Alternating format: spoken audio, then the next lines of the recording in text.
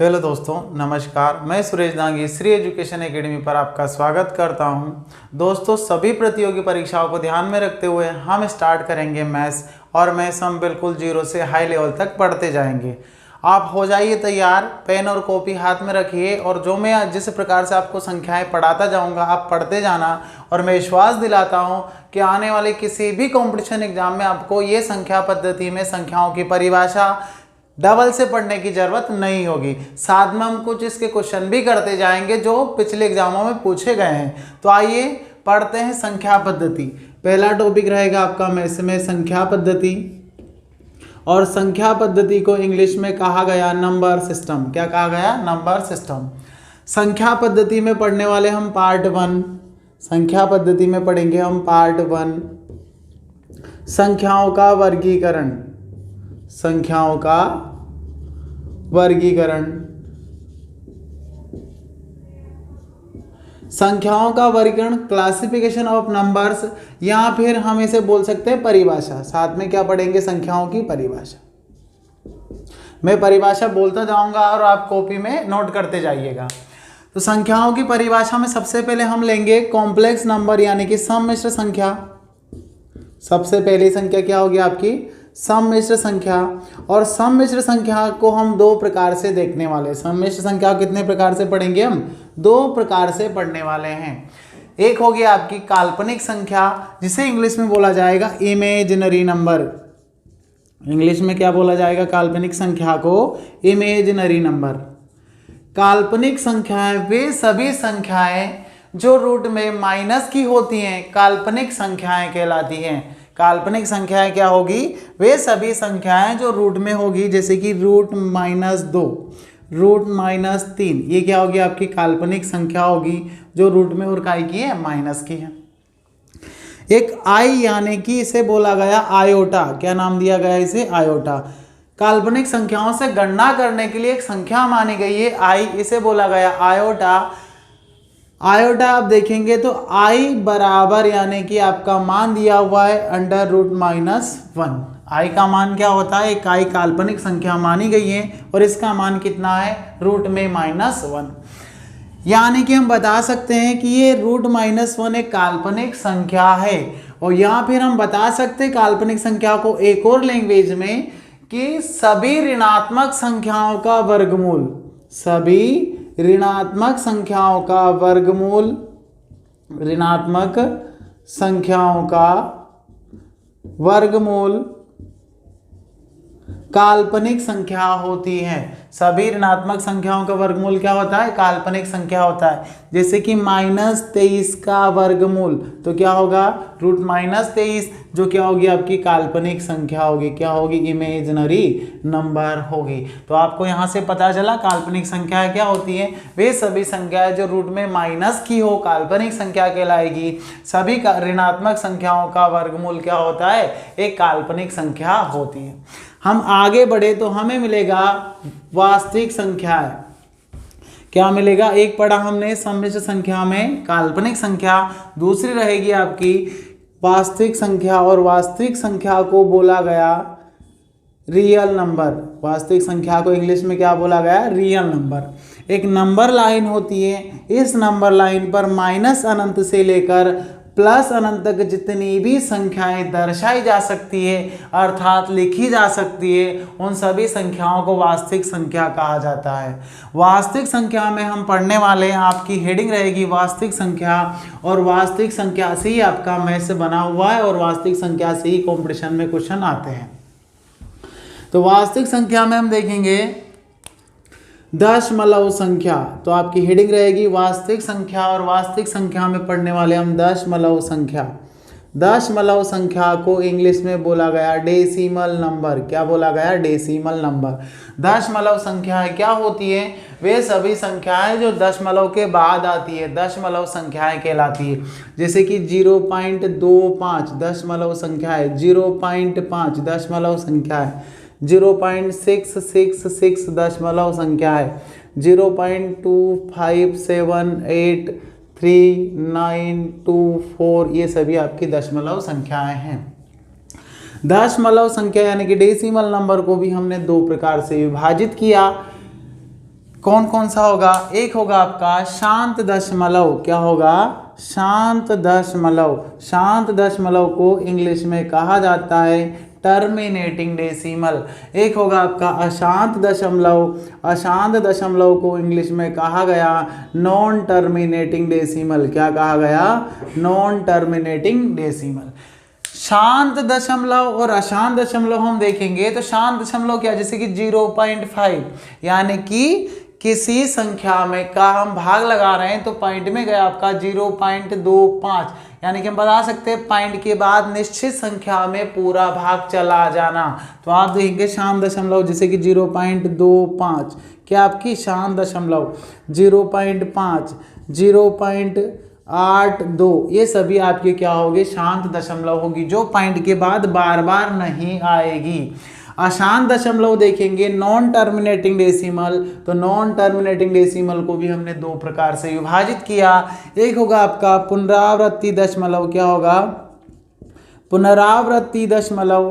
पुनरावृत्ति दशमलव को इंग्लिश में कहा गया है रिपीटिंग डेसिमल। एक होगा आपका अपुनरावृत्ति दशमलव। अपुनरावृत्ति दशमलव को इंग्लिश में कहा जाता है नॉन रिपीटिंग डेसिमल। क्या कहा जाता है? नॉन रिपीटिंग डेसिमल, अपुनरावृत्ति दशमलव। पुनरावृत्ति दशमलव जिसे क्या आप याद देंगे 0.66, यहाँ 6 की पुनः आवर्ती हो रही, यानी दशमलव के बाद किसी संख्या का बार बार आना क्या कहलाता है? पुनरावृत्ति दशमलव। तो आप देंगे 0.66 आपका बार बार आ रहा, या फिर हम बता सकते 0.333 बार बार आ रहा, या फिर 0.141414 पॉइंट के बाद बार बार आ रहा, 0.178 ये भी आपका क्या बार बार आ रहा। इन सभी संख्याओं को जिनकी दशमलव के बाद पुनरावृत्ति होती है यानी कि बार बार आती है, पुनरावृत्ति दशमलव कहलाती है। पुनरावृत्ति दशमलव क्या होगी? जिसका रिपीटेशन नहीं होगा, जैसे कि यहाँ बात करते हैं 2578, 0.25783924 कहाँ तक जाएगा? अनंत तक। यहाँ 0.56432158 ये भी कहाँ तक जाएगा? अनंत तक। ये अपुनरावृत्ति दशमलव के उदाहरण है। ये अपुनरावृत्ति दशमलव पॉइंट के बाद यानी कि दशमलव के बाद अनंत तक जाती है, ये कहीं भी रुकेगी नहीं, यानी कि जितनी बार आप भाग देते जाएंगे उतनी आपकी बढ़ती जाएगी। इन संख्याओं को हम अंश बटे हर में नहीं लिख पाएंगे। अंश बटे हर यानी कि p बटे q के रूप में, भिन्न के रूप में नहीं लिख पाएंगे। क्यों? क्योंकि आप पॉइंट कब हटा पाएंगे? जब आपको इसका अनंत पता चले। अगर आपको अनंत पता नहीं है तो आप दशमलव नहीं हटा पाएंगे, और जिस संख्या का दशमलव नहीं हटा पाते हैं उन संख्याओं को हम क्या नहीं लिख पाते? अंश बटे हर में नहीं लिख पाएंगे। किस में नहीं लिख पाएंगे? अंश बटे हर में, यानी कि p बटे q के रूप में नहीं लिख पाएंगे। जिन संख्याओं को p बटे q के रूप में नहीं लिखा जाता उन संख्याओं को अपरिमेय संख्या कहा जाता है। क्या कहा जाता है? अपरिमेय संख्या। जिन संख्याओं को अंश बटे हर के रूप में नहीं लिखा जा सकता उन संख्याओं को अपरिमेय संख्या कहा जाता है। अपरिमेय संख्या क्या होती है? वे सभी संख्याएं जो अंश बटे हर के रूप में नहीं लिखी जाती, यानी कि सभी अपुनरावृत्ति दशमलव को आप बोल सकते हैं अपरिमेय संख्या। क्या बोल सकते हैं? अपरिमेय संख्या। सभी अपुनरावृत्ति दशमलव क्या होगी? आपकी अपरिमेय संख्या। यदि बात करें शांत दशमलव की तो आप 0.25 को लिख सकते हैं 25/100, 1/4। 0.5 को लिख सकते हैं आप 5/10, पॉइंट हटाएंगे बटे में 10। ये भी आपको बोर्ड मास में सिखाया जाएगा किस प्रकार से दशमलव हटाते बटे में कितनी जीरो आती है। 0.82 यानी कि 82 को आप लिख पाएंगे कितना? 82/100। अंश बटे हर में लिख पा रहे हैं। पुनरावृत्ति दशमलव को देखेंगे तो पुनरावृत्ति दशमलव जैसे कि 0.6 पर क्या लगा देंगे आप? बार, क्योंकि 6 बार बार आ रहा तो दशमलव के बाद किसका यूज करेंगे हम? बार का। पॉइंट के बाद किसी संख्या पर लगने वाला बार दशमलव बार कहलाता है। दशमलव के बाद किस संख्या पे लगने वाला बार दशमलव बार कहलाता है, जो उस संख्या की पुनरावृत्ति को दर्शाता है कि ये संख्या बार बार आ रही। या आप दशमलव बार में पढ़ने वाले हैं, बार की डिटेल की। बार हटाते क्या करते हैं? बार क्यों लगाते हैं? किस संख्या पर लगाते हैं? जब भी बार हटाते तो बटे में 9 आता है तो 6/9 लिख पाएंगे। 0.3 को आप लिख पाएंगे 0.3 पे बार, इसे लिख पाएंगे 3/9। 0.14 को लिख पाएंगे आप 1/4 पर बार, 0.14 को आप 1/4 पर बार लिख पाएंगे और इसी का बार हटाएंगे 14/99 यानी कि अंश बटे हर में लिख पाएंगे। उसी प्रकार आप 0.7178 को लिख पाएंगे, 0.178 पर बार आप बार हटाएंगे 178 अपॉन कितना आएगा 999। इस प्रकार से इन पुनरावृत्ति दशमलव और शांत दशमलव को आप अंश बटे हर में लिख पा रहे हैं, हाँ या ना? बिल्कुल लिख पा रहे हैं। तो इन सभी संख्याओं को, किन सभी संख्याओं को, दशमलव संख्या में शांत दशमलव और पुनरावृत्ति दशमलव को हम दोनों को साथ में मिला के शांत और पुनरावृत्ति को परिमेय संख्या बोल सकते हैं। कौन सी संख्या बोल सकते हैं? परिमेय संख्या। और परिमेय संख्या क्या होगी? तो परिमेय संख्या वे सभी संख्या होती हैं जो p/q के रूप में लिखी जाती है, अर्थात अंश बटे हर के रूप में लिखी जाती है। किसके रूप में लिखी जाती है? अंश बटे हर के रूप में लिखी जाती है। और जो संख्याएं अंश बटे हर के रूप में लिखी जाती है परिमेय संख्याएं कहलाती है। कौन संख्या? परिमेय संख्या, रेशनल नंबर। अपरिमेय संख्या, इररेशनल नंबर। अपरिमेय संख्या यानी कि पुनरावृत्ति दशमलव क्या कहलाएगी? अपरिमेय संख्या, जो अंश बटे हर में नहीं लिखी जाएगी। तो आइए आगे बढ़ते हैं हम। तो आपकी हेडिंग रहेगी अपरिमेय संख्या और परिमेय संख्या। तो हम दशमलव संख्या में आगे पढ़ने वाले हैं परिमेय संख्या और अपरिमेय संख्या। तो परिमेय संख्या अभी आपने जाना क्या होगी? वे सभी संख्याएं जो अंश बटे हर के रूप में होती है, अर्थात p/q के रूप में लिखी जाती हैं, परिमेय संख्याएं कहलाती है। परिमेय संख्याओं को इंग्लिश में क्या कहा गया? Rational number. परिमेय संख्याओं को क्या कहा जाता है? Rational number. आपकी हेडिंग रहेगी परिमेय संख्या और एक होगी अपरिमेय संख्या। अपरिमेय संख्या को इंग्लिश में बोला जाता है इररेशनल नंबर, परिमेय को बोला जाता है रेशनल नंबर। अपरिमेय संख्या और परिमेय संख्या हम देखेंगे तो परिमेय संख्या को p/q के रूप में लिख सकते हैं। इस संख्या को p/q यानी कि अंश बटे हर के रूप में नहीं लिख सकते, अंश बटे हर के रूप में नहीं लिख सकते, जबकि यहाँ p/q के रूप में लिख सकते हैं जहाँ पर आपका q बराबर 0 नहीं होगा, जहाँ पर q बराबर क्या नहीं होगा? 0 नहीं होगा। ये ध्यान दे, 0 यानी कि अंश में आपका 0 हो सकता है लेकिन हर में 0 नहीं होगा। हम काय में लिख पाएंगे इनको? अंश बटे हर में लिख पाएंगे। परिमेय संख्या क्या होगी? वे सभी संख्याएं जिनको अंश बटे हर में लिखा जाता है, अर्थात p/q के रूप में लिखा जाता है और q बराबर 0 नहीं होता है। क्या कहलाती है? आपकी परिमेय संख्या कहलाती है। परिमेय संख्या देखेंगे तो जैसे कि मैंने परिमेय संख्या का उदाहरण लिखा 3/5, 5/8, -2/7, माइनस में भी हो सकती है आपकी, ठीक है। ये सभी क्या कहलाएगी? परिमेय संख्या कहलाएगी। जैसे कि उदाहरण के लिए लिख सकते हैं हम 1 2 3, कहाँ तक जाएंगे? अनंत तक। या माइनस का 1 2 3 भी हो सकता है आपका। इन सभी के बटे में क्या नहीं, मतलब क्या होता है? 1 होता है। अंश बटे हर में लिख सकते हैं इन सभी संख्याओं को, तो क्या कहलाएगी? आपकी परिमेय संख्या कहलाएगी। जैसे कि मैंने लिखा 54 एक परिमेय संख्या है क्योंकि इसके बटे में कुछ नहीं, मतलब क्या रख सकते हैं हम? एक किसी भी संख्या के बटे में 1 होता है, बस q बराबर 0 नहीं होना चाहिए। आइए आगे देखते हैं। जैसे कि आपका जेल प्रहरी में क्वेश्चन आया था कि 0/-16 है, तो ध्यान दे 0/-16 परिमेय संख्या है। क्या है? परिमेय संख्या है। यदि मैं आपसे बात करूं कि 0/, ये भी जेल प्रहरी में आपसे पूछा गया है कि 0/5 है या 5/0 है, तो ध्यान दें 0/5 आपका हो सकता है बटे में 5 यानी कि q बराबर 0 नहीं होना चाहिए, चाहे अंश 0 हो, तो 0/5 आपकी परिमेय संख्या होगी। 0/7 भी आपकी परिमेय संख्या होगी। लेकिन यदि आपका हर 0 है यानी कि 5/0 हर 0 है, तो इस संख्या को हम बोलेंगे ना तो धनात्मक और ना ही ऋणात्मक संख्या, ऋणात्मक परिमेय संख्या। क्या बोलेंगे? ना तो धनात्मक और ना ही ऋणात्मक परिमेय संख्या होगी आपकी क्या? 5/0। ये आपका जेल पीरियड में पूछा गया था और ऑप्शन रहेगा ना तो धनात्मक ना ही ऋणात्मक परिमेय संख्या। 7/0 ये भी आपकी परिमेय संख्या नहीं है। जिन संख्या का हर जीरो होगा परिमेय संख्या नहीं कहलाएगी। तो इस प्रकार से हम निकाल सकते हैं कि परिमेय संख्या क्या होगी। अंश जीरो हो सकता है लेकिन हर जीरो नहीं होगा। हम बात करते हैं परिमेय संख्या। तो किन्हीं भी दो नंबरों के बीच में परिमेय संख्या निकालने के लिए सूत्र होता है आपका a × k + b/k+1, जहां पर आपका k बराबर होता है 1 2 3 4 5, कहाँ तक जाता है? अनंत तक। k का मान क्या होता है? 1 2 3 4 5, कहाँ तक जाता है? अनंत तक। यानी कि k का मान आप एक बार 1 रखेंगे तो किन्हीं भी दो नंबरों के बीच में एक परिमेय संख्या प्राप्त होगी, फिर 2 रखेंगे तो दूसरी संख्या प्राप्त होगी, 3 रखेंगे तीसरी संख्या प्राप्त होगी। आप अनंत तक रखते जाएंगे तो अनंत संख्याएं प्राप्त होगी।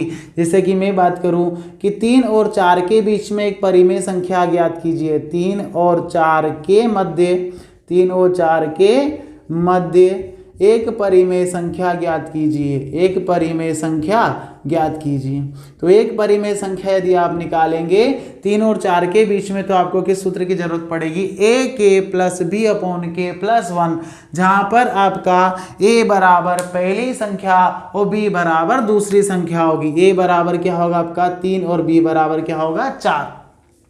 तो a बराबर आप रखेंगे 3 और b बराबर कितना रखेंगे आप? 4 रखेंगे। और k बराबर आपका क्या रखेंगे? तो k बराबर आप एक बार 1 रख सकते हैं, फिर 2 रख सकते हैं, आपकी इच्छा हो। यानी कि आप बोलो कि सर मैं 5 रखूँ, 10 रखूँ, 50 रखूँ, आप बिल्कुल रख सकते हैं k का मान। ठीक है, आपको 3 और 4 के मध्य में एक परिमेय संख्या ही प्राप्त होगी। और ध्यान दें, आप k का मान अनंत तक रखेंगे तो कितने मान? अनंत मान मिलेंगे। यानी किन्हीं भी दो संख्याओं या किन्हीं भी दो परिमेय संख्याओं के बीच में अनंत परिमेय संख्याएं होती है। किन्हीं भी दो संख्या या दो परिमेय संख्याओं के बीच में अनंत परिमेय संख्याएं होती है। क्यों? क्योंकि आप k का मान अनंत रख रहे हैं। तो नोट कीजिएगा, किन्हीं भी दो परिमेय या किन्हीं भी दो संख्याओं के बीच में अनंत परिमेय संख्याएं होती हैं। तो आप यहाँ a का मान कितना रखेंगे? 3 इंटू k का मान 1, b का मान कितना? 4/k+1, यानी कि 1 + 1। आप इसे हल करेंगे 3 इंटू 1 कितना? 3 और 4 आपका जुड़ जाएगा, कितना हो जाएगा? 7/1 और 1 कितना? 2। 7/2 आपकी क्या है? परिमेय संख्या है। और आप भाग करेंगे तो 2 3 6, 1 बचा, आपने यहाँ पॉइंट लगाया, 10 और 2 पंजे 10, 3.5, 3.5 3 और 4 के बीच में है, हाँ या ना? बिल्कुल है। तो आपकी 3 और 4 के बीच में एक परिमेय संख्या किस प्रकार से आप ज्ञात कर सकते हैं। तो यहाँ से आपको पता चला कि किस प्रकार से परिमेय संख्याएं हम ज्ञात करते हैं। आइए आगे बढ़ते हैं। तो अब हम देखेंगे अपरिमेय संख्या। हम क्या देखेंगे? अपरिमेय संख्या। ध्यान दीजिएगा, 22/7 भी आपकी परिमेय संख्या है। 22/7 क्या आपकी परिमेय संख्या, जबकि पाई आपकी अपरिमेय है। आप बोलेंगे सर पाई 22/7 ही तो पाई का मान है, लेकिन ध्यान दे पाई की एग्जैक्ट वैल्यू 22/7 नहीं है, ये लगभग वैल्यू है, यानी कि सिर्फ लगभग मानी गई वैल्यू है 22/7 पाई की। एग्जैक्ट यानी कि वास्तविक मान नहीं है। पाई के हजारों मान होते हैं, पाई का कोई एक निश्चित मान नहीं है, और पाई का मान पॉइंट के बाद अनंत तक जाता है, इसलिए 22/7 सिर्फ मानी गई वैल्यू है। तो ये पाई का जो मान आप 22/7 पढ़ते हैं परिमेय संख्या है, और पाई आपकी अपरिमेय संख्या है। क्या होगी? अपरिमेय संख्या। अपरिमेय संख्या में देखेंगे आप p/q के रूप में, यानी कि अंश बटे हर के रूप में नहीं लिखी जा सकती। ये सभी संख्याएं क्या कहलाती है? अपरिमेय संख्याएं। यानी कि ऐसी संख्याएं, आप नोट कीजिएगा, ऐसी संख्याएं जिसका वर्गमूल ज्ञात नहीं किया जा सकता अपरिमेय संख्याएं कहलाती है। यहाँ फिर p/q के रूप में नहीं लिखी जाती है, अपरिमेय संख्या कहलाती है। अपरिमेय संख्या जैसे कि बात करें √2, √3, √5, √7, ये सभी संख्याएं क्या होगी? अपरिमेय। ध्यान दे, √5/3 ये भी आपकी अपरिमेय संख्या है। √5/3 भी आपकी क्या है? अपरिमेय संख्या है। आप मैंने यहाँ देखा √5 है, चाहे बटे में कोई भी संख्या आपकी क्या होगी, अपरिमेय संख्या होगी। आप आगे देखेंगे ये संख्या चाहे माइनस में भी हो सकती है, जैसे कि -√5 हो सकती है आपकी, क्या होगी, ये भी आपकी अपरिमेय संख्या होगी। हाँ, अंदर माइनस नहीं होना रूट में, यदि रूट के अंदर माइनस है तो काल्पनिक संख्या चली जाएगी, ठीक है। ये आपकी क्या होगी, सभी अपरिमेय संख्याएं होगी। अपरिमेय संख्याएं यदि हम देखें तो वे सभी संख्याएं जिनका पूर्ण वर्गमूल ज्ञात नहीं किया जा सकता। हम देखेंगे किन्हीं भी दो नंबरों के बीच में, जैसे कि 2 और 3 के अंतराल में, 2 और 3 के अंतराल में अपरिमेय संख्या निकालो। 2 और 3 के अंतराल में अपरिमेय संख्या, तो 2 और 3 के अंतराल में अपरिमेय संख्या किस प्रकार से निकालेंगे, आपका सूत्र है √a × b, जहां पर a बराबर आपकी पहली संख्या और b बराबर दूसरी संख्या रखेंगे तो आपका मान आएगा a की जगह 2, b की जगह 3, कितना आएगा, आप गुणा करेंगे 3 × 2 कितना 6, तो √6 आपकी 2 और 3 के अंतराल में एक अपरिमेय संख्या है। आप देखेंगे √6 का यदि आप वर्गमूल निकालेंगे 6 का, तो 6 का वर्गमूल होगा आपका 2.449, ये आपका आगे जाता जाएगा, ठीक है। तो ये संख्या देखो 2.44, 2 और 3 के बीच में आएगी, तो ये 2 और 3 के अंतराल में क्या होगी, आपकी एक अपरिमेय संख्या होगी। ध्यान दें, मैंने आपको परिमेय संख्या में लिखा था, दो परिमेय संख्याओं के बीच में अनंत परिमेय संख्याएं होती है। दो परिमेय संख्याओं के बीच में कितनी अनंत परिमेय संख्याएं होती है, ये आप याद रखिएगा। लेकिन याद देंगे 2 और 3 के अंतराल में आप एक अपरिमेय संख्या क्या होगी, 2.449, ये आपका आगे बढ़ता जाएगा, यानी कि 2 से ज्यादा और 3 से कम होगा। ध्यान दे, नोट कीजिएगा, ये परिमेय संख्या में आप नोट करेंगे किन्हीं भी दो परिमेय संख्याओं का योगफल या गुणनफल, किन्हीं भी दो परिमेय संख्याओं का योगफल या गुणनफल सदैव एक परिमेय संख्या होगी। किन्हीं भी दो परिमेय संख्याओं का योगफल या गुणनफल सदैव एक परिमेय संख्या होगी। आप ध्यान दें, आप एलसीएम जब समान हो तो आप ऊपर जोड़ सकते हैं, 3 और 1 कितना 4, 2 का भाग करेंगे कितना आएगा 2, 2 आपकी परिमेय संख्या आएगी, क्योंकि 2 के बटे में कुछ नहीं, यानी क्या रख सकते हैं आप 1, तो ये क्या हो गया आपकी परिमेय। आप गुणा करेंगे 3 × 1 कितना 3, 2 और 2 कितना 4, तो 3/4 भी आपकी परिमेय संख्या है। तो किन्हीं भी दो परिमेय संख्याओं का योगफल या गुणनफल सदैव क्या होगी, आपकी एक परिमेय संख्या होगी, ठीक है। तो इस चीज को आप नोट कीजिए। आइए आगे बढ़ते हैं। तो परिमेय और अपरिमेय संख्याएं आपने देखा, जैसे कि मैं बात करूं √25, परिमेय अपरिमेय, तो ध्यान दें √25 को आप किस प्रकार से लिख सकते हैं, 5 × 5, यानी कि 5 का वर्गमूल। तो आप निकालेंगे 25 का वर्गमूल कितना निकलेगा, 5 बाहर आ जाएगा, और 5 आपकी परिमेय संख्या है, ना कि अपरिमेय। 5 आपका रेशनल नंबर होगा। जो संख्याएं रूट में है और उनका वर्गमूल निकाल पा रहे हैं तो क्या होगी, परिमेय। लेकिन वर्गमूल निकाल नहीं पा रहे हैं, जैसे कि √23 का वर्गमूल नहीं निकाल पाएंगे, क्या होगी, अपरिमेय संख्या होगी। ये सभी संख्याएं जो रूट में होती है जिनका पूर्ण वर्गमूल नहीं निकाल पाते, क्या कहलाती है, आपकी अपरिमेय संख्या। और इनसे आपने क्वेश्चन भी देखे कि अपरिमेय संख्या हम किस प्रकार से निकाल सकते हैं।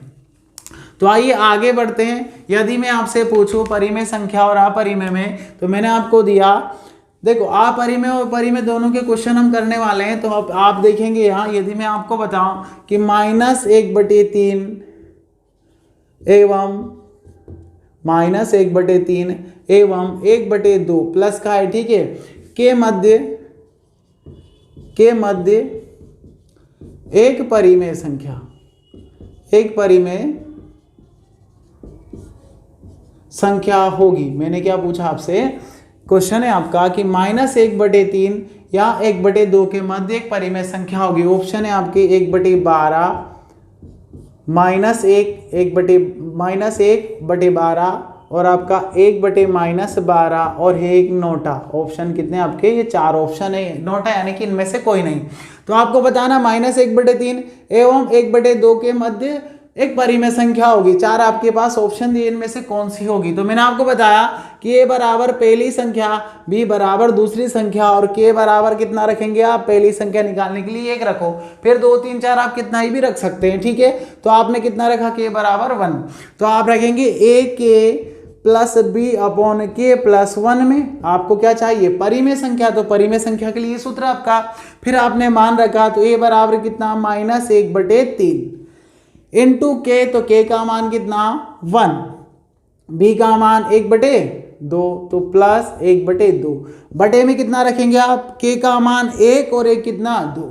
ठीक है, आप जब आगे हल करेंगे तो -1/3 प्लस के 1 में गुणा करेगा। तो ध्यान दे, माइनस जब गुणा करता है प्लस में तो माइनस इंटू प्लस क्या होता है आपका, माइनस होता है।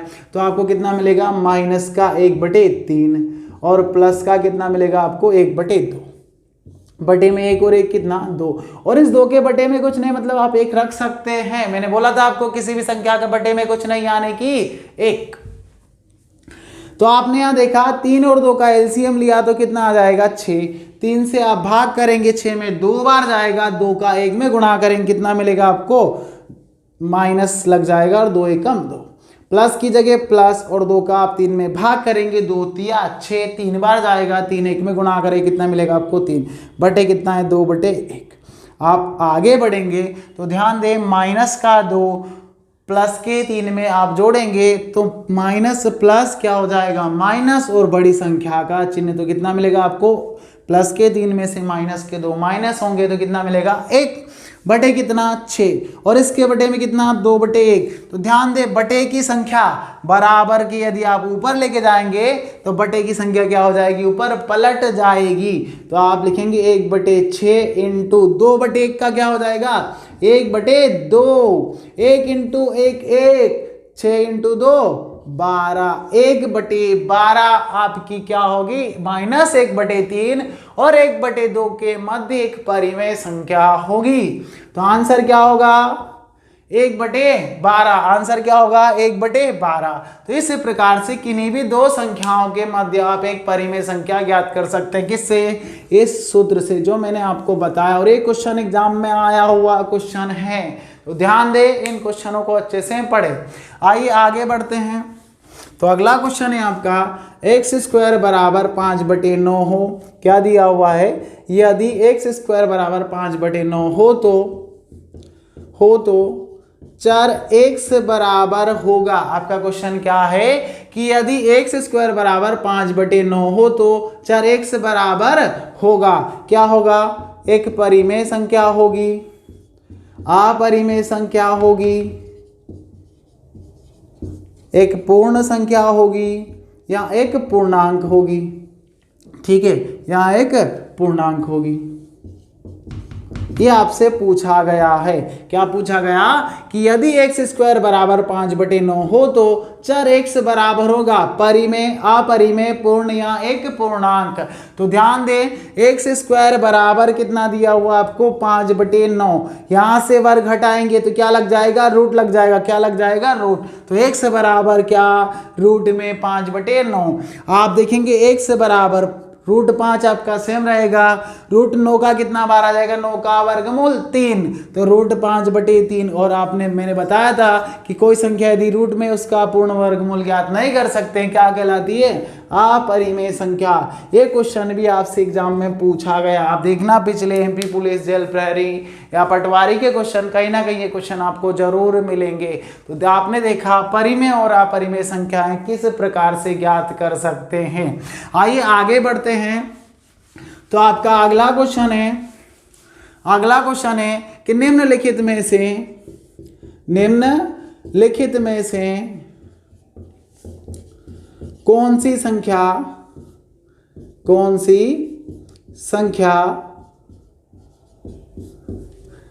अपरिमेय है, कौन संख्या अपरिमेय संख्या है। क्या आपका कि निम्नलिखित में से कौन सी संख्या अपरिमेय संख्या है, और 4 ऑप्शन है आपके। 4 ऑप्शन किस प्रकार से, तो आपका दिया हुआ है √25 बटे √225, और एक ऑप्शन, दूसरा ऑप्शन है √49 बटे √121, अगला ऑप्शन है √49 बटे 7, अगला है आपका √125 बटे √25। निम्नलिखित संख्याएं 4 ऑप्शन है और इनमें से बताना आपको कि कौन सी अपरिमेय संख्या है। तो ध्यान दे, √25 का कितना बार आ जाएगा 5, रूट 225 का कितना बार आ जाएगा 15, 15 का वर्ग होता है रूट 225 और 225 का वर्गमूल होता है 5, 25 का वर्गमूल होता है 5। तो इस प्रकार से 5/15 यानी कि 1/3, हाँ या ना, 5 एकम 5 और 5 दिया 15, 1/3 यानी कि परिमेय। तो ये तो क्या होगा आपका परिमेय संख्या होगी।